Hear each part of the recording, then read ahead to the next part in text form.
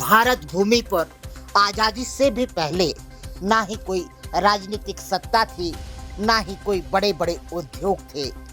यदि था तो केवल भारतीय किसान, जो अपने खेतों पर बड़ी ही मेहनत और निष्ठा के साथ में जहां अनाज उपजाता था, वहीं देश के आम नागरिकों का पेट भरता था। यही किसान है जिसके बल पर, जिसके आधार पर वर्तमान राजनीति हो या उद्योग हैं, सब चरम पर अपनी समृद्धि का गीत गा रहे हैं। यह किसान जिसने इन्हें बल दिया, वह पहले आजादी के पूर्व भी इसी तरह से दबा कुचला था, पीड़ित था, शोषित था और छला जाता था।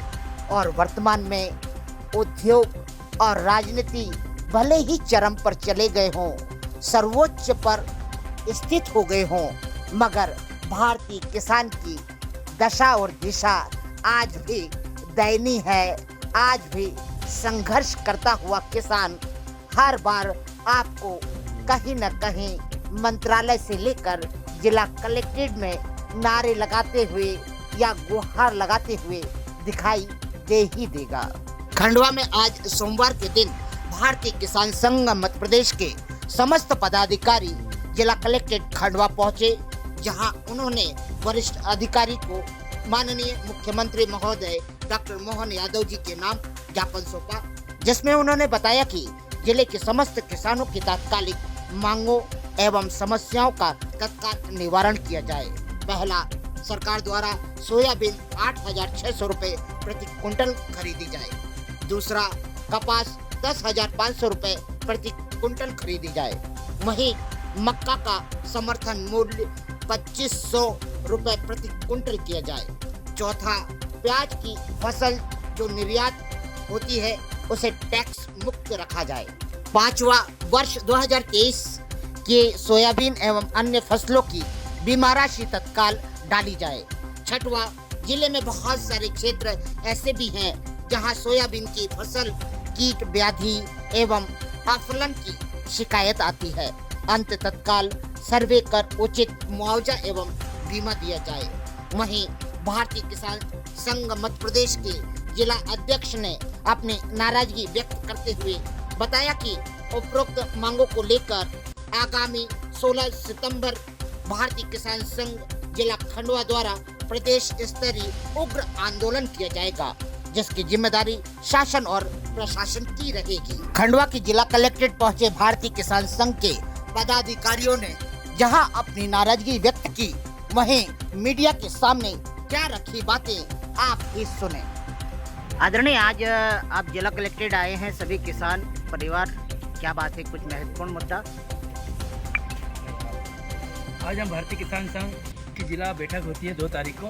इसके माध्यम से सरकार को चेतावनी देने आया है कि जो सोयाबीन के भाव जो पिछले 10-15 सालों से निम्न स्तर पे है, आपने बोला था कि किसानों की आय दुगनी करेंगे, आय आधे से भी कम रहेगी। अगर आप आय दुगनी करना चाहते हो तो सोयाबीन के भाव 8,600 रुपये आपको देना पड़ेंगे, मक्का के भाव 2,500 रुपये देना पड़ेंगे, कपास के भाव को 10,000 रुपये देना पड़ेंगे। जब जाके किसानों की आय जोड़ी होगी, दुगनी तो नहीं होगी, लागत भी नहीं हमने जोड़ी इसमें। तो सरकार से मेरी सी मांग है, अभी तो किसान की सोयाबीन मंडी में आई नहीं और 4,000 भाव है, तो सोयाबीन को ऐसा डर, मतलब किसानों के साथ डर है कि अगर हमारी सोयाबीन जब 2,000, 1,500, 25,000 बोरी जब मंडी में जाएगी तो क्या 800, 1,000 रुपये कुंटल बिकेगी। तो ऐसे में किसानों को डर सता रहा है। और ये मैं सरकार को चेतावनी देना चाहता हूँ कि होश में आओ सरकार, लागत का दो पूरा दाम। ये किसानों की पीड़ा है, अगर आप अभी भी नहीं समझे तो आने वाला परिणाम ठीक नहीं होगा।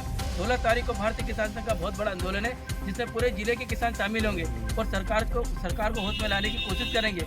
उसके बाद भी सरकार होश में नहीं आती तो लगातार आंदोलन होंगे, जिसकी सारी जवाबदारी यहाँ के मुख्यमंत्री, प्रधानमंत्री के शासन प्रशासन की होगी। वर्तमान में क्या मूल्य मिल रहा है बाजार में? वर्तमान में सोयाबीन का जो पिछले 2 सालों से किसानों का सूखा सोयाबीन रखा है वो 4,035 रुपये कुंटल बिक रहा है। अभी जो थोड़ा बहुत नमी वाला सोयाबीन आएगा, इसको व्यापारी नमी बता करके वही सोयाबीन 1,500 2,000 रुपये कुंटल बिकेगा। तो 1 एकड़ में सिर्फ 4 कुंटल सोयाबीन निकलती है। ऐसे में किसान अपना परिवार कैसा चलाएगा? तो चिंता किसानों की इस बात की है। तो सरकार ने अगर बोला है कि मैं किसानों को लागत का दुगना दूंगा, तो कम से कम सोयाबीन की लागत 8,600 रुपये है, उसका आप हमको दीजिए मूल्य। और बाकी और अनाज के क्या मूल्य की? सभी अनाज बहुत न्यूनतम मूल्य पे बिक रहे हैं। सिर्फ एक मात्र चना ऐसा है जिससे किसानों को मोल मिल रहा है, जो किसानों के पास नहीं है, वो भी व्यापारियों के पास है। तो सरकार जैसी मांग है कि जो अभी वर्तमान में फसल आई है सोयाबीन, इसके उचित भाव मिल जाए तो किसान अपना परिवार चला ले। आगे की रणनीति क्या है? आगे की रणनीति हमारे सभी तहसीलों में ज्ञापन होंगे और यहाँ से 16 तारीख तक, 11 तारीख को, 10 तारीख को, 9 तारीख को सभी तहसीलों में ज्ञापन होंगे, जिसके माध्यम से सरकार को हम चेतावनी देंगे। और 16 तारीख को पूरा प्रदेश स्तरीय एक आंदोलन होगा, जिसमें सारे भारतीय किसान संघ की जितने भी जिले में हमारी कार्यकारिणियाँ बनी है सभी ज्ञापन देंगे और पूरा दल बल के साथ में देंगे। इसमें भी अगर सरकार की नींद नहीं खुलती तो आगामी आने वाले समय में 16 तारीख के बाद तय करेंगे रणनीति और बहुत बड़ा आंदोलन करेंगे प्रदेश स्तर पर भोपाल में, जिसकी जवाबदारी मुख्यमंत्री जी की रहेगी। सुभाष जी, बोला जाता है कि भाजपा का एक अंग है भारतीय किसान संघ। किसान संघ ये राजनीतिक है। जब भी किसानों की कोई समस्या होती है तो पूरे दम से किसान संघ उसकी मांग उठाता है, फिर चाहे सरकार कांग्रेस की हो चाहे बीजेपी की हो, सबको हम हमारे हिसाब से हमारी मांगें मनवाते हैं। और सरकार को कभी भी हमने नहीं छोड़ा है, चाहे शिवराज जी की सरकार रही हो 10 साल 15 साल, चाहे अभी आगे मोहन यादव जी की रही, चाहे कांग्रेस सरकार है। हमको जो किसानों की पीड़ा है, जो समस्या है, उसको लेकर हम आंदोलन करते हैं और किसानों की हर मांग को मनवाने की पूरी ताकत लगाते हैं। किसान संघ के कई प्रोग्राम ऐसे रहे हैं कि आप लोगों ने बहुत तबीयत से उठाया तो है, पर आगे जाके खुद ही सरेंडर हो जाते हैं और शासन की बातों को मान लेते हैं। मुझे ऐसा लगता है कि अभी तक तो किसान संघ ने कोई मांग रखी हो और सरकार ने नहीं मानी हो और किसान संघ चुप बैठा हो, ऐसा तो नहीं हुआ है। जब भी सरकार से कोई मांग मनवानी रहती थी, किसान संघ ने पूरे ताकत से मनवाई। पिछले साल सोयाबीन की फसल खराब हुई थी, 40 दिन की खेत हुई थी बारिश से, तो सरकार से मांग करके पूरे किसानों को 165 करोड़ रुपए की राहत राशि बंटवाई थी। बीमे के लिए भी हम लगातार लगे हुए हैं ताकि किसानों को पिछले साल का बीमा भी मिले। इसके अलावा इस साल भी कुछ फसलें खराब हुई है और उन सारे मुद्दों को लेकर हम हमेशा मैदान में रहे और मांगों को मनवाए सरकार से। कोई सरकार के सामने कभी आज तक किसान से झुका है नहीं तो कभी झुकेगा। आगे आप अगर शासन नहीं मानती बातें तो क्या आपकी गतिविधि क्या है? भारतीय किसान संघ को नाक दबाना भी आता है, मुंह दबाना भी आता है और उसके बाद मुंह खुलवाना भी आता है। तो सारी चीज़ें आती हैं, हमको काम दाम दंड भेद सब आता है। सारे मंत्र मालूम है कि किस मंत्र सरकार की नींद खुलेगी और किस मंत्र जागेगी, और सारे जितने भी तंत्र मंत्र है वो सब लगा के सरकार को जगाने का काम किसान संघ करेगा। सुभाष जी, आप तो आज अनाज की फसलों के कीमत को लेकर आए हैं। मैं एक बात और रखना चाह रहा था कि ये जो बीमा है, आपके खेतों के बीमे होते हैं, उसको लेकर कई किसान बड़े उलझे रहते हैं। क्या आपको लगता है कि ये बीमा पॉलिसी जो करी जाती है बड़ी सहज है? बीमा पॉलिसी जो सरकार ने बनाई है, हाँ। सरकार बहुत लच्छेदार बात कर रखते हैं। और जब किसानों से बीमा करवाते हैं 800,000 रुपये प्रति एकड़ का बीमा काटते हैं लोग। अगर हेक्टेयर का अपन देखें तो 2,000 रुपये हेक्टेयर के आसपास किसानों से राशि काटते हैं। उसमें 8,000 रुपये सरकार देती है, क्योंकि 90% 80% सरकार मिलाती है। करीब बीमा कंपनी के पास किसानों से करोड़ रुपए की हर साल राशि बीमा के नाम से जाती है। लेकिन जब बीमा देने की बात आती है, पिछले साल अगर हम बात करें तो 165 करोड़ रुपए जिले को सहायता राशि मिली है। प्रत्येक किसान को 5,000 10,000 रुपये, जो भी उसकी फसलें खराब हुई थी, क्योंकि 50 दिन तक पानी नहीं गिरा था। अब जब बाद में पानी गिरा तो फसलें जो थी वो भी सड़ गई। सरकार ने माना कि फसलें खराब हुई, लेकिन बीमा कंपनी ने आज तक नहीं माना कि इस जिले में फसलें सोयाबीन की खराब हुई। कम से कम 200 करोड़ रुपए के आसपास जो किसानों को बीमा बनना था, वो मात्र 1 करोड़ रुपए किसी किसान को दिया है, किसी को 200, किसी को 500, और उसकी भी आज तक बीमा कंपनी ने लिस्ट नहीं दी। मतलब सब कुछ मिला के मुझे लगता है कि सरकार और बीमा कंपनी दोनों एक ही है।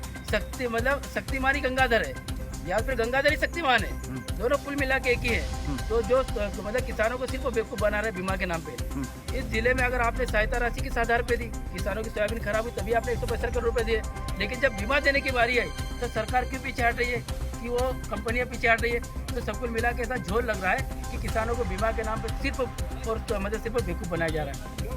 तो इसमें आगे कुछ आगे ये सरकार को कहना चाहता हूँ कि जिस प्रकार एक मोटरसाइकिल का बीमा होता है और तत्काल उस जो हितग्राही रहता है उसको पैसा मिलता है, ऐसे खेत में इकाई में नहीं जाए।